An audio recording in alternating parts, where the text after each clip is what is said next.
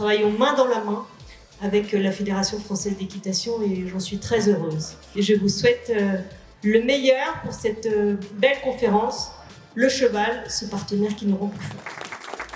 Consciente de son rôle sociétal, la Fédération est ravie, en tous les cas, de s'engager sur ces sujets et elle le fait avec beaucoup de conviction. Ma discipline scientifique, moi, c'est l'éthologie, donc l'étude du comportement du cheval. Et je vais cibler ma conférence sur les émotions équines. Il tisse des relations sociales complexes, d'affinité notamment, et doit adapter sans cesse son comportement à celui des autres. Mais est-ce qu'il reconnaît nos émotions? Et dans le cadre de la médiation animale, c'est ça qui intéresse. Donc il répond à nos intonations de voix de colère, de joie et aussi, c'est tout nouveau, de tristesse. Parce qu'on a fait la même chose avec la tristesse. La tristesse est une émotion avec une valence basse. Et les chevaux ont le rythme cardiaque qui s'abaisse aussi en même temps que la voix est triste, quoi. Donc c'est vraiment un miroir, là aussi, d'émotions.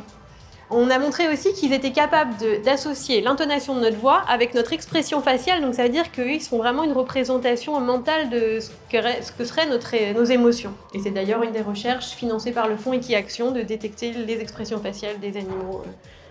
Tout ce qui a été dit par Léa avec beaucoup de brio et bravo, on aurait pu dire la même chose pour l'humain et c'est ça qui est extraordinaire. Peut-être revenir déjà sur le mot émotion, ex movere, c'est se mouvoir à l'extérieur. On perd l'instant présent, nos émotions nous font perdre un petit peu la notion des choses et le cheval, je pense, va nous aider, va être un média extraordinaire. La médiation équine, en fait, est une mise en situation corporelle. Et qui dit corporel va entraîner du mouvement, parce que quand on est en présence des chevaux, on est pris par leur présence et par leur mouvement naturel. Et s'il y a mouvement du corps dans ces perceptions, on va faire émerger possiblement des émotions. Et c'est dans ces émotions inconsciemment bloquées qu'on va pouvoir effectivement travailler sur certaines problématiques et failles. Ce qu'on est en train de faire là aujourd'hui fait partie. C'est informer, former et faire diffuser au plus grand nombre. Une des clés de développement, elle se situe là. Elle se situe dans une nouvelle offre, à côté de ce qu'on sait faire dans les centres équestres et les poney clubs, à côté de l'équitation traditionnelle. Donc effectivement, il y a un grand champ d'action, il y a tout à explorer dans ce domaine, on y travaille. La capacité physique continue à se dégrader chez les jeunes. Et le problème, c'est que notre capacité physique prédit notre espérance de vie. Et là, on a besoin de leur proposer quelque chose de plus accessible, on ne parle pas de compétition, mais surtout quelque chose d'accessible, de convivial, de joyeux. Et donc l'équitation vient d'intégrer ce médico-sport santé avec, comme première étape, on a imaginé pour faire venir les gens, les faire sortir de chez eux, faire de l'équitation marché. On est en période de mutation, on l'est aussi dans le monde de la santé, on passe du curatif au préventif. Les médecins ont aussi un gros travail à faire pour s'orienter vers la prévention. On sait que l'activité physique, c'est la meilleure thérapeutique contre la fatigue liée à la chimiothérapie. Ça a été publié dans la fameuse expertise à INSERM. C'est un animal hors norme, c'est un capteur d'énergie, un donneur d'énergie, un capteur d'émotions. Et il a cette capacité à absorber et à générer du bonheur, en particulier aussi auprès de gens qui ne sont pour autant pas équitants. Donc c'est très important d'être bien encadré. Et c'est la raison pour laquelle on s'est rapproché de la Fédération française d'équitation quand on a créé ce programme, pour justement pouvoir accompagner et être accompagné par eux pour développer dans la France entière ce type d'activité de médiation équine et cancer. Il y a eu des moments d'échange et de connexion qui m'ont fait du bien et où je pense pour la première fois depuis mon parcours, je ne pensais qu'à moi en fait.